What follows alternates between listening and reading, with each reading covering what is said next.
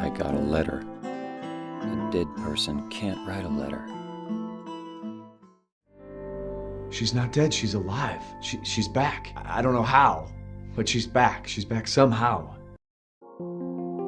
Did Silent Hill influence Resident Evil 7? I about peed my pants playing through Resident Evil 7. The entire thing reminds me of Silent Hill, and specifically my baby, Silent Hill 2. So much that I have to word vomit about it. Let's compare how each game approaches survival horror and how Resident Evil 7 lines up with Silent Hill's story beats.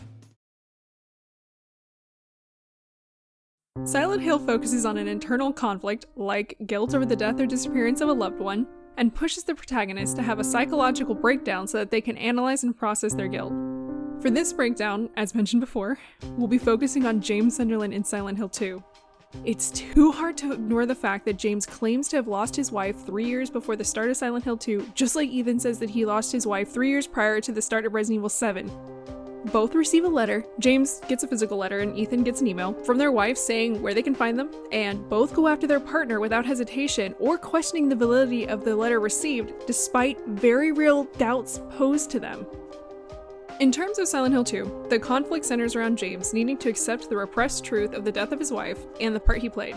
He needs to not only face and accept what he's done, but also let Mary go. If he can't accomplish these things, he'll either decide to go sleep with the fishes in Toluca Lake, or get trapped in Silent Hill and relive the illness and death of his wife through Maria, her manifested doppelganger. Ethan's conflict is seemingly more external than internal, as he needs to fight through a house of horrors and the infected family members within to save his wife, though as the plot carries on, it's revealed that Ethan knew very little about the woman that he married, leaving him to decide whether or not to save her after all. The internal conflict pushes Ethan to face himself and what he's willing to accept, and if the lies Mia has spun are enough to push him to give up on saving her. Before we go through Silent Hill's story structure and how Resident Evil 7 may or may not line up, let's take a step back and look at the survival horror genre in general. So what is survival horror? The point of survival horror is to make you struggle to survive, obviously. Both Silent Hill and Resident Evil 7 are good at making you feel helpless, though Resident Evil 7 builds off of the old tropes of limited ammo and health items to deliver a terrifying horror experience. So, let's start off with Silent Hill 2. Let's go back to basics. You know, lack of resources, uneasy atmosphere, the tropes of survival horror.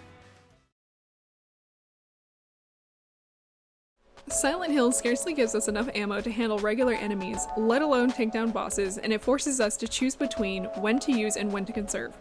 To make matters worse, James Sunderland is just a dude, so relying on combat feels as clunky and haphazard as if we were there fighting the monsters ourselves. Health items, too, are tough to come by and present another dilemma. Do we search every nook and cranny for that one last health drink and potentially expend health and ammo in the process to get it? Or do we forego this search and stay safe, and potentially miss out on something we desperately need?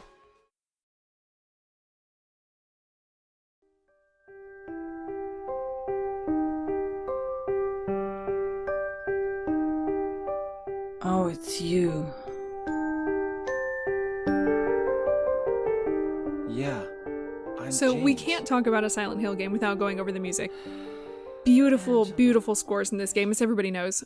Without warning, the music will pick up, sometimes soft, sometimes poundingly loud and frantic, but always unsettling. In a room where butterflies flutter, James must stick his hand in a hole in the wall to retrieve a key, and all the while the music is pounding all around him and getting steadily louder, seemingly shouting for him to get out.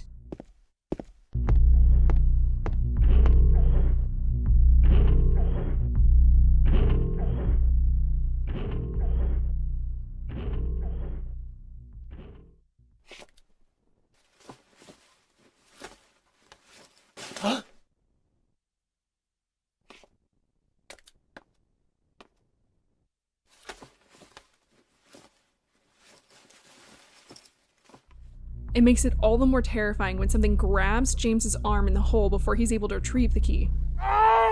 Sometimes we hear a baby cry or a man shout, and then there's this.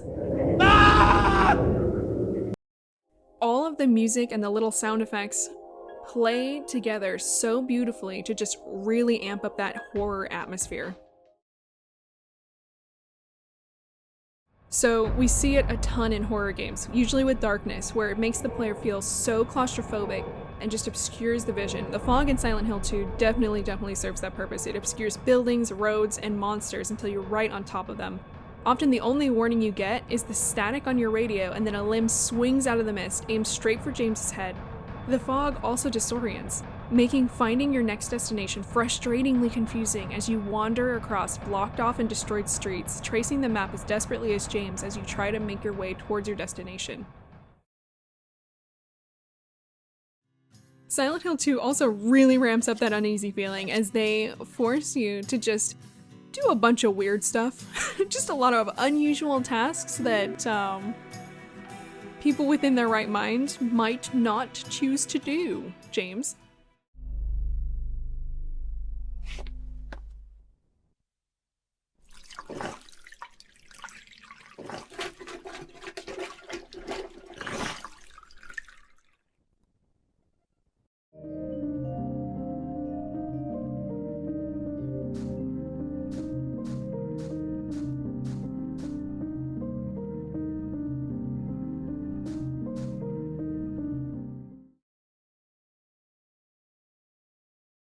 Monsters don't pursue and attack James unless provoked, and with the exception of Pyramid Head. But you know, you punch me in the face and I'm probably gonna come after you too, so. This leaves James to hear them stumble about their business in the dark, sometimes drawing near at a tortuously slow pace as he waits for them to pass by him, and sometimes somewhere out just within his periphery in the fog. Corpses encountered look like James, and it isn't clear if this is a warning or a premonition. God. Who could have? People encountered don't react to things as expected either. Eddie is completely fine with eating pizza in this monster-infested town, and Angela seems to flip back and forth between being an ally to James and seeing him as a threat. Laura, unaware of the monsters at all, unwittingly locks James in a room full of them and leaves him to die.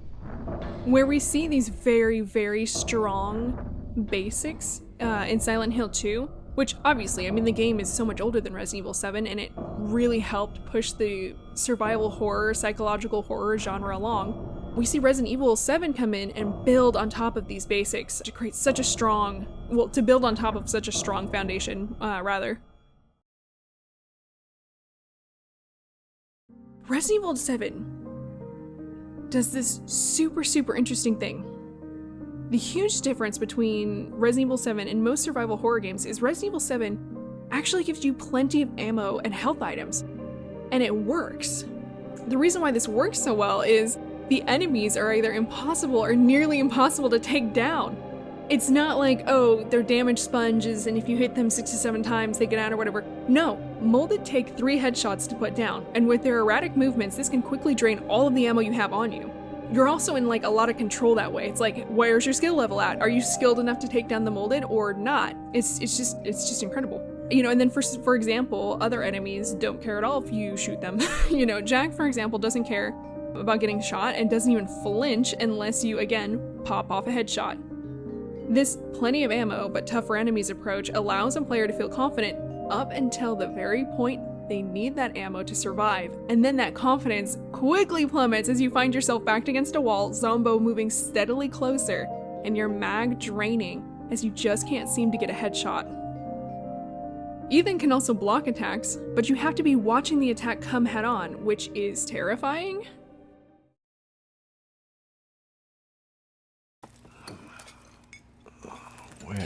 Where am I?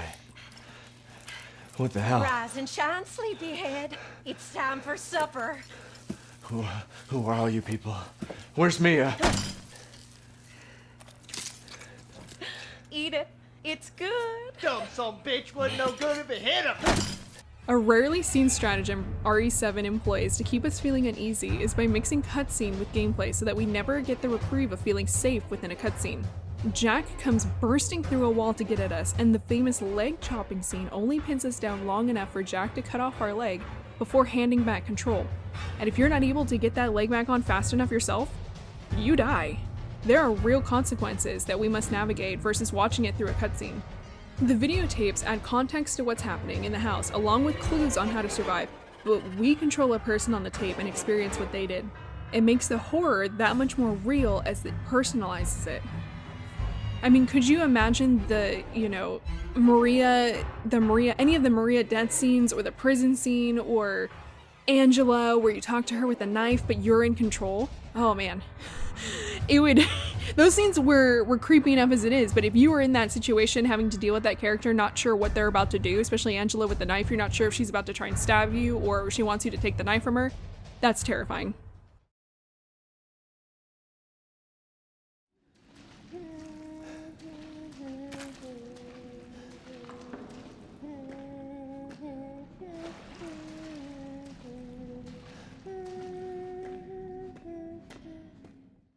Older survival horror games, like Silent Hill 2, had these beautifully, and even Resident Evil, the early Resident Evil games had this too, had these beautifully placed scores that swelled at the perfect time to intensify the moment or draw a greater sense of easiness. RE7 takes a more subtle approach to this with soft soundtracks to accent scenes rather than set the tone.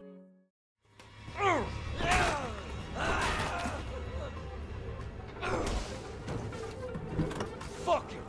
I'm gonna kill everyone.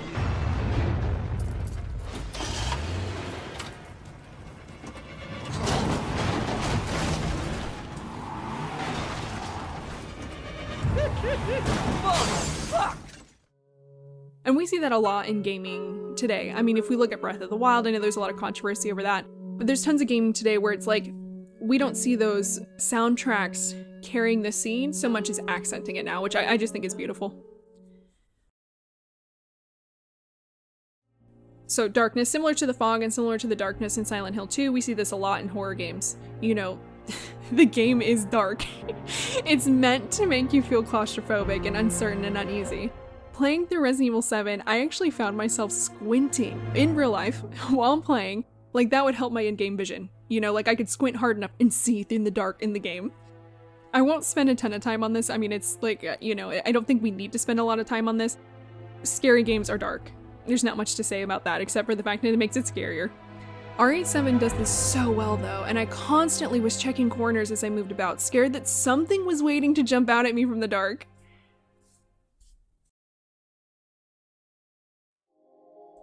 So, like Silent Hill 2, we've got some unusual tasks that, you know, we have to go through with Ethan.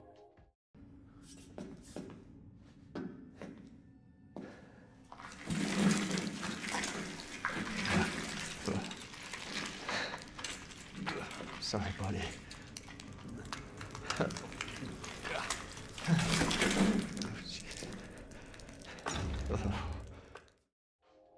For example, Ethan gets his hands sewn back on, optionally has to glue his leg back on with magic juice, and then also sticks his hand in a toilet, and everything about the happy birthday experience, just... why? Ah, fucking disgusting. Ugh. Ugh. This is gross. Ugh.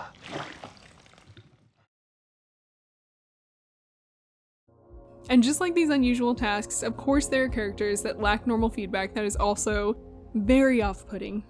Mia is off when Ethan first comes to rescue her, though I guess that really shouldn't come as too big of a surprise as she's been held hostage by the Bakers for 3 years at this point, so, you know, that I would be acting weird by that point. Mia flips between wanting Ethan to get out of there and leave her behind to desperately looking for an exit to help the two of them escape, to also saying they'll all be a family now that he's there. The only other quote-unquote normal person Ethan comes in contact with is an officer that's been investigating the Baker house and trying to link nearby disappearances with the family. The officer is anything but normal, and not only doesn't believe Ethan's cries for help despite suspecting the Bakers of kidnapping the nearby townsfolk, and then hands Ethan a knife and tells him to meet him in the garage. Lack of common sense and following any kind of police protocol gets this officer killed almost as soon as you meet him, and honestly, I really thought that the cop was a hallucination or something until the knife he gives Ethan is actually usable. Ethan is also a giant weirdo, and despite finding multiple working phones, he doesn't attempt to call the police. He even meets a police officer, and after he's quickly dealt with by Jack Baker, Ethan goes back about his business like the police don't exist and there aren't working phones all around him. Ethan, please. Okay, so that was a very quick run through of how each of these games kind of approaches the survival horror genre. I could probably make completely different videos just centered around that in and of itself, but we're going to move on from here. Let's look at the Silent Hill story structure and how Resident Evil 7 lines up with it. So, Silent Hill tends to follow a very formulaic structure, which I love. So, very, very quickly, you start with wronging a loved one or having a loved one wronged. You get called to Silent Hill with the promise of reconnecting with a loved one or avenging a loved one. You get tested by Silent Hill. You learn something about yourself and your relationship with the person involved. You regain that loved one in a way that you hadn't expected at the start of the journey. And then you leave Silent Hill in the good ending. And I'm actually quickly realizing that this is very similar to the hero's journey. What? Okay, let's go through this. So, in Silent Hill 2, James is unable to cope with Mary's mental and physical deterioration due to the incurable disease, and so he begins to resent her. At first, he visits her less and less in the hospital, which only strains their relationship more and more and increases the frequency of Mary's outbursts against him. In the end, James is unable to cope or wait for the natural conclusion of Mary's illness and takes matters into his own hands, suffocating her with a pillow. In Resident Evil 7, Mia is infected by Evelyn as she takes down the tanker they were using to transport her and is found shortly thereafter by the Baker family. Unfortunately, Evelyn is also found by the Bakers and taken in, leading to the entire family's infection and Mia's position changing from rescuee to hostage. James receives a letter from his dead wife Mary, beckoning him to come play the biggest game of hide-and-seek in Silent Hill, with the prize being them reuniting, even though she's been dead for 3 years. James, despite knowing Mary is dead as a doorknob and fully admitting the absurdity of the letter, feels compelled to follow its instructions and drives to Silent Hill. Ethan receives a cryptic, and much less romantic, email from Mia telling him her location and to also come and find her, since apparently playing hide-and-seek in a haunted town/mansion is like the funnest of times. Ethan, unlike James however, refuses to believe Mia is dead and that this is some kind of trick, with people telling him how impossible it is that Mia's emailed him after 3 years of being disappeared. Poor Ethan's lucky the email wasn't from a Mia stuck in another country and just needed $5,000 to get a new passport and a plane ticket home. To escape from Silent Hill, James must face his inner guilt manifested as physical monsters along with an alternate version of his wife and ultimately himself, as the end boss is shaped by James's choices in-game. Along the way, James encounters other people within Silent Hill who are also going through their own test, each of which will either help or hinder James along the way. Ultimately, James's outcome is up to James though, and he must decide for himself to either confront his guilt head-on and fight to accept what he's done, or let his delusions swallow him. To get his wife back, Ethan must find a way to navigate the Baker family without getting killed and find a cure for Mia, who's been infected by the mold and often flips between herself and an altered possessed version of herself who attacks Ethan viciously. The Bakers have tests for Ethan of their own, with each trying to convince him to join their family in their own way. Throughout his journey, it's revealed Mia has been keeping major secrets from Ethan, such as her involvement with the fate of the Baker family and Evelyn, and her position as an operative for the Connections. One of Ethan's final tests is to choose who to give the antidote for their mold infection to, his wife or Zoe. After searching for almost an entire day for his dead wife in a monster-infested town, James comes to the realization that his dead wife is actually dead. The twist comes in when he remembers that she didn't actually die 3 years ago of her disease though, but 3 days ago when he smothered her with a pillow.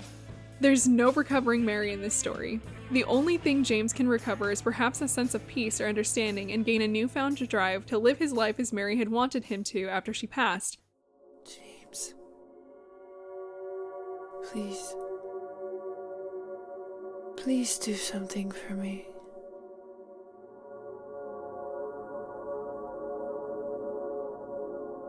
Go on with your life.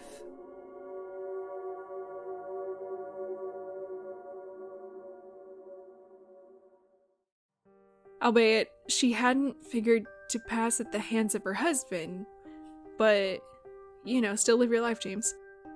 Ethan learns that most of what he knew about Mia was a sham, making his relationship with her a sham and himself a sham.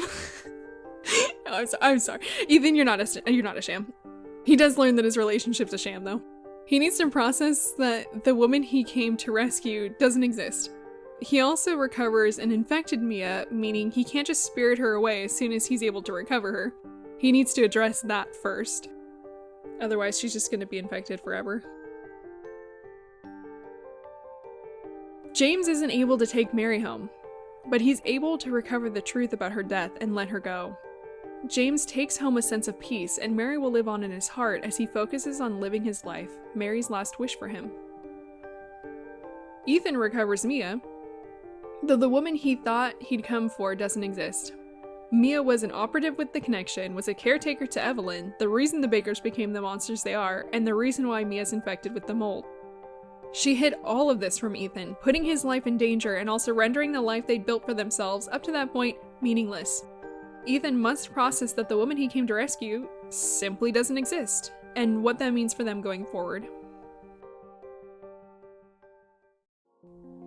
And then we leave Silent Hill in the good ending. Resident Evil 7 has two endings, one good one bad, so we're only going to talk about the good endings. James accepts that he's murdered his wife and the reasons why he's done it. He feels a sense of understanding from Mary and rejects the fantasy he'd constructed originally to explain her death and chooses to leave Silent Hill to live his life. Ethan chooses to save his wife over Zoe, giving Mia the antidote to the mold infection. The two leave together and agree to talk and work on their relationship, ultimately starting over in Europe where they have a daughter, Rose. Dun dun dun! Okay, and then here's just a quick dump of all the similarities that I absolutely adore, but didn't have a place to put.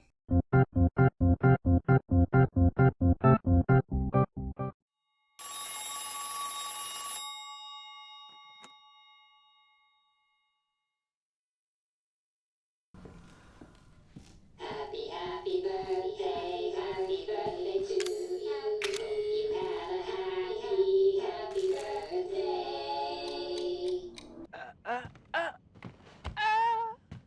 Happy birthday! Dude, it's been 3 years. I know, but what if it is her? I have to find out what happened. Didn't you say she died? Oh yeah, 3 years ago. But I got a letter from her. She says she was waiting in our special place.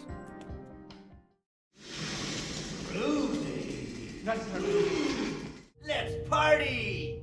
You deserve to die too, James! You shouldn't have done that!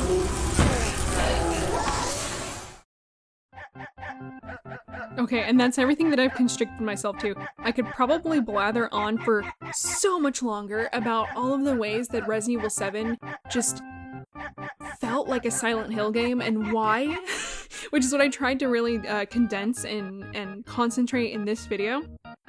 Hopefully it comes across that I want these two games to kiss. We're gonna next video, this is part 1, so next video I'm actually gonna do something very similar with Resident Evil 8 Village, just because Resident Evil 8 also had some pretty strong Silent Hill vibes, Resident Evil vibes. I would hope it had strong Resident Evil vibes. It's a Resident Evil game. And this isn't to say, like, I guess this is what my disclaimer. I am not trying to say, oh, this is a Silent Hill knockoff, or oh, they copied or anything like that. No. This is just me saying I'm starved for Silent Hill, and when you flavor something even vaguely Silent Hill flavored, I am gonna jump on it like a ravenous beast. Welcome. Thank you for coming to my TED Talk. That's it. That's the end. I'll catch you next time when we do this with RE7. Bye-bye.